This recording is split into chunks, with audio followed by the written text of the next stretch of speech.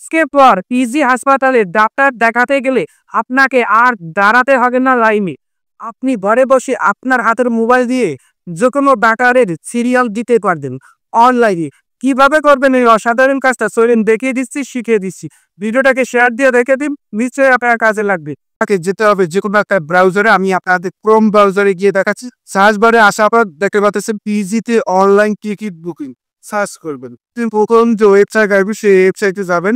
এরকম একটা ইন্টারফেস আসবে, নিচের দিকে আসবেন। এখানে দেখতে পাবেন অ্যাপয়েন্টমেন্ট ফর্ম। এখান থেকে আপনারা করে দেবেন। এখান থেকে আপনি কোন বিভাগে ডাক্তার দেখাতে চান সেটা ঠিক করে দিবেন। আমি নিউরোলজি দেখাতে চান, নিউরোলজি দিলাম। ফর্মারটা দিয়ে বলুন কোন তারিখে ডাক্তার দেখাতে চান সেটা দিয়ে দিবেন।